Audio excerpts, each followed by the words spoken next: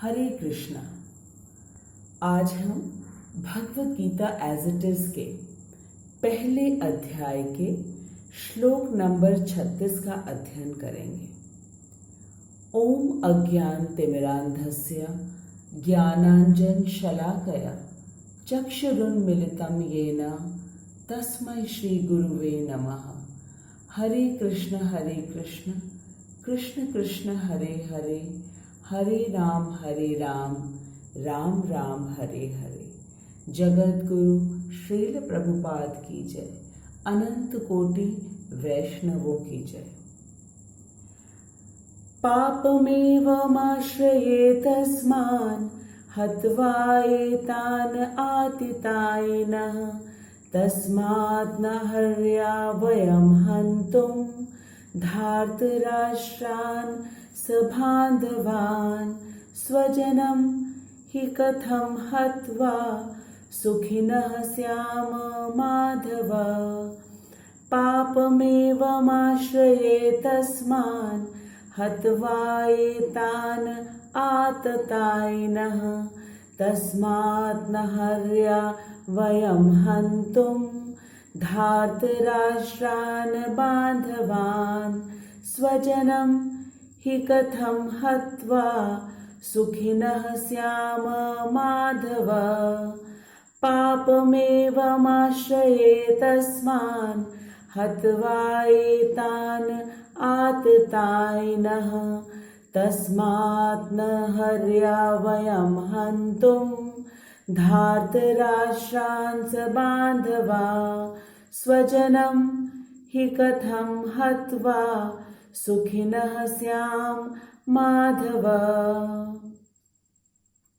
पापम पाप एव निश्चय ही आश्रयेत लगेगा अस्मान हमको हत्वा मारकर एतान इन आततायिनः आतताइयों को तस्मात् अतः न कभी नहीं अहर्या योग्य वयम हम हंतुम मारने के लिए धार्तराष्ट्रान धृतराष्ट्र के पुत्रों को सबांधवान उनके मित्रों सहित स्वजनम कुटुंबियों को ही निश्चय ही कथम कैसे हत्वा मारकर सुखिनः सुखी श्याम हम होंगे माधव हे Lakshmipati Krishna.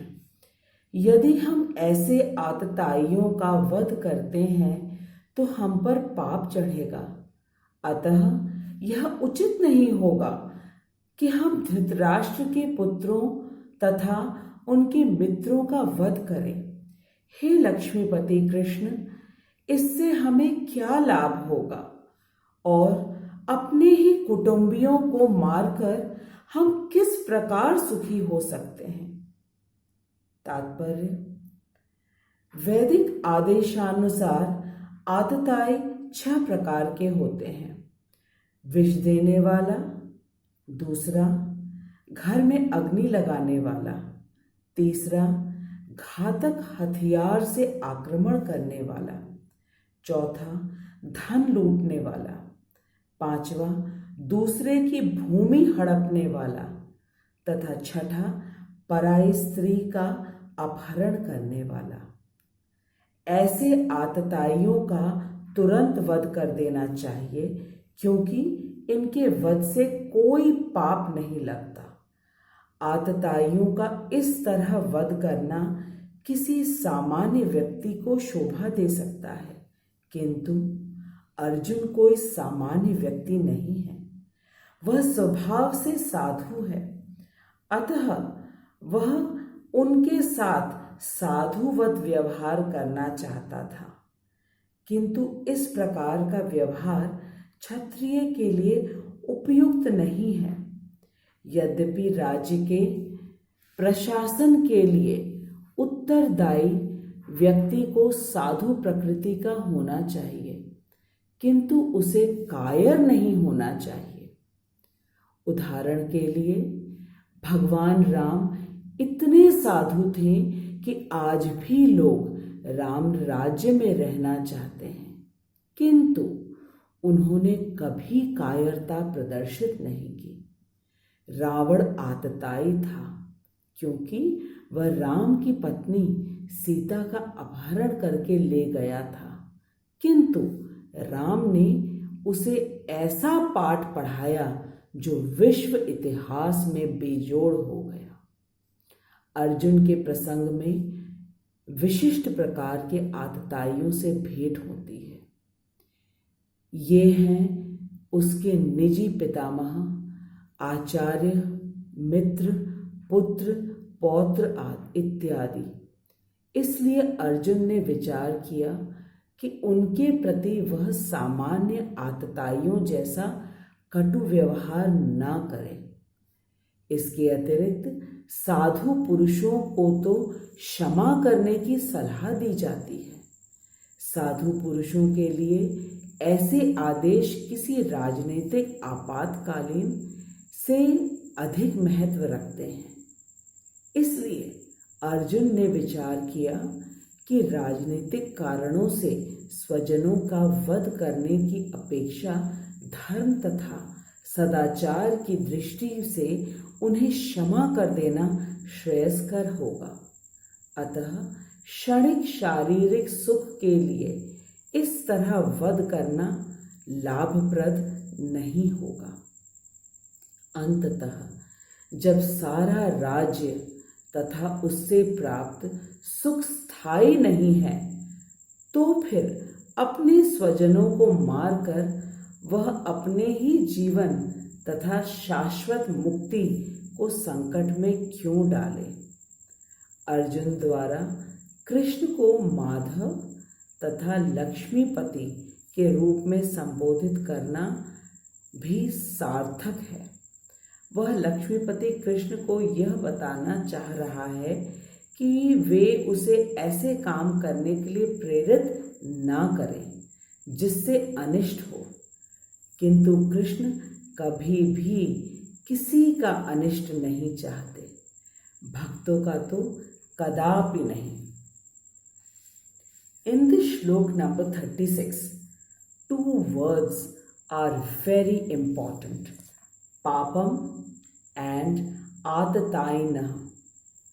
Papam means sinful activities and atatainah means aggressors who do all kinds of sinful activities like giving poison, setting fire to someone's house, attacking with deadly weapons, forcefully taking the money or land, kidnapping someone's wife, or misbehaving with women. Examples of such atatainah or aggressors are Ravan and Kans, Shishupal and Duryodhan. Ravan forcefully kidnapped Sita Mata, and Kans, after the prediction that his sister's 8th son will kill him, he immediately wanted to kill his sister Devaki. Just a few moments ago, when he was unaware of the prediction, he was taking his sister to her in-laws' house very lovingly. But the moment he became aware of his death, all his love for his sister evaporated. So we can understand the character of atatainah or aggressors as they are very selfish people and only think about their benefits, and they don't think before doing any actions. Lord Ram, who is known as peace-loving and very merciful king, he killed Ravan and his entire dynasty, leaving only Vibhishan as he was a Vaishnav. Lord Ram killed Ravan as it is the duty of a Kshatriya to protect the people of his kingdom and women folk, and moreover, Lord Ram cannot set an example of cowardice. Cowardice meaning kayarta. Now let's try to understand the mental conflict of Arjun. Arjun एक बहुत ही शांत और साधु प्रकृति का व्यक्ति है। वह बुद्धिमान भी है। वह प्रत्येक कार्य को करने से पहले सोचता है कि इस कार्य को करने से मुझे भविष्य में क्या परिणाम भुगतना पड़ेगा। अर्जुन एक सरल स्वभाव का अत्यंत दयालु वैष्णव है। वैष्णव अर्थात विष्णु की पूजा करने वाला। सभी देवता वैष्णव हैं, जैसे सूर्य, चंद्र, इंद्र, शिव, सभी के सब वैष्णव हैं। एक बार हिरण्यकश्यपु और इंद्र में युद्ध हुआ और हिरण्यकश्यपु हार गया। और उस समय यह एक प्रथा थी कि हारे हुए राजा की प्रजा और स्त्रियों के साथ बुरा व्यवहार किया जाता था। At that time Kayadhu, wife of Hiranyakashipu, was pregnant and Indra was dragging her to his custody. The moment Narad Muni saw this, he asked Indra not to misbehave with her as she was pregnant, and that too she was going to give birth to a Mahabhagavat, which means a great devotee of Krishna. Immediately, Indra not only left Kayadu but sought forgiveness and circumambulated Kayadu, which means parikrama. So this is the character of a Vaishnav or a devotee. Arjun is very cautious and careful about his deeds, as he knows that human form of life is got after 84 lakhs of birth and death, and under no circumstances he wants to degrade his next life. In Bhagavad Gita 14 chapter 18 shlok, it is said, Adho gachanti tasma jaghanya gun vrittistha, which means that if we become addicted to sinful activities, then we will be degraded. It means according to our karma, we will get birth in lower species like water animals, flying animals, crawling insects, trees, or four-legged animals. In previous shloks, we have seen that Arjun doesn't want to kill animals also, like elephants and horses.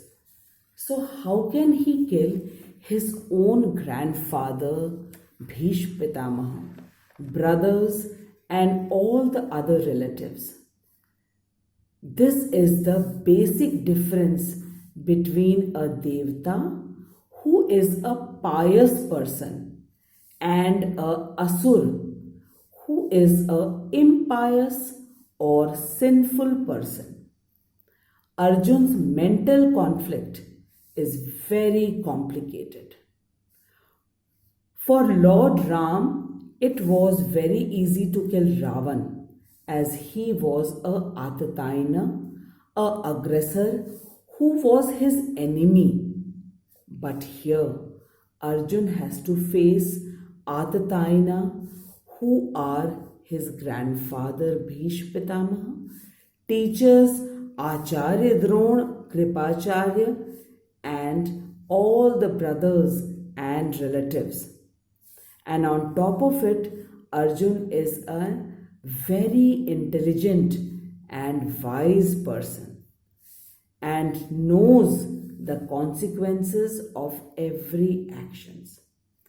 In Bhagavad Gita, chapter number 3, shlok number 27, it is stated, Prakritih kriyamanani gunay karmani sarvasya ahankara vimhudatma karta aham अति हन्यते। अर्थात हम सभी प्रकृति के तीनों गुणों से बंधे हुए हैं और प्रत्येक व्यक्ति को अपने कर्मों के अनुसार दंड मिलता है। यदि हम सड़क के यातायात के नियम का उल्लंघन करते हैं तो हमें दंड अवश्य मिलता है। प्रत्येक घर में, विद्यालय में, कार्यस्थल में नियम होते हैं और नियम तोड़ने वालों को दंड अवश्य मिलता है। बुद्धिमान व्यक्ति न केवल नियम को जानता है अपितु उसका पालन भी करता है। अर्जुन वैष्णव है और अत्यंत बुद्धिमान है, इसलिए वह श्री कृष्ण को बहुत ही मित्रतावश प्रेम से पूछ रहा है कि हे माधव, आप लक्ष्मीपति हो और सदा आनंद में रहते हैं, मैं कैसे अपने सगे संबंधियों को मारकर प्रसन्न रहूंगा। ये आतताई तो हैं, लेकिन ये मेरे सगे संबंधी भी तो हैं और अपने भाइयों को मारकर मुझे पाप का भागीदार बनना पड़ेगा और फिर मैं प्रसन्न कैसे रहूंगा। Arjun is so merciful and kind that he is ready to forgive Duryodhan, who by all wrong means usurped his kingdom, land and property and disrobed and insulted Draupadi in front of everyone. But since Madhav, who is the husband of fortune of goddess Lakshmi, is with Arjun, how can he allow Arjun to spare a Atatayana or aggressor like Duryodhan and all his supporters? And when Krishna is present with Arjun, so the question of bad luck or sinful activity or misfortune doesn't arise at all. So in this shlok we see the basic difference between the behavior of a devata and sinful asur. Now I end my shlok number 36 here, and I hope everyone has very clearly understood the difference between a devata, which is Arjun, and asur, which does not think before doing any activities like Duryodhan. And we will carefully understand it, and further in our life, whenever we do any work, we shall think very, very deeply and then only do our actions. Hare Krishna. I hope everyone has understood shlok number 36, and please leave your comments in the comment box. In case you have a question, you can surely leave your questions in the comment box and I shall surely try to answer them. Hare Krishna. If you haven't subscribed my channel as yet, then please do subscribe and share my link with others, as this is the highest form of love and compassion that we can do towards the mankind. Hare Krishna. Hare Krishna, Hare Krishna, Krishna Krishna, Hare Hare, Hare Hare Rama, Ram Rama, Hare Hare, Hare Krishna, Hare Krishna, Krishna Krishna, Hare Hare, Hare Rama, Hare Rama, Rama Rama, Hare Hare, Hare Krishna, Hare Krishna, Krishna Krishna, Hare Hare, Hare Rama, Hare Rama, Ram Rama, Hare Hare, Hare Krishna, Hare Krishna, Krishna Krishna, Hare Hare. Nitai Gaur Hari Bol, Hari Bol, Hari Bol, Hari Bol.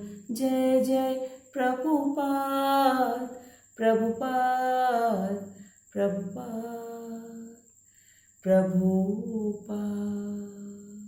Jagat Guru Srila Prabhupada की जय, अनंत कोटि वैष्णवों की जय, सभी भक्तों की जय.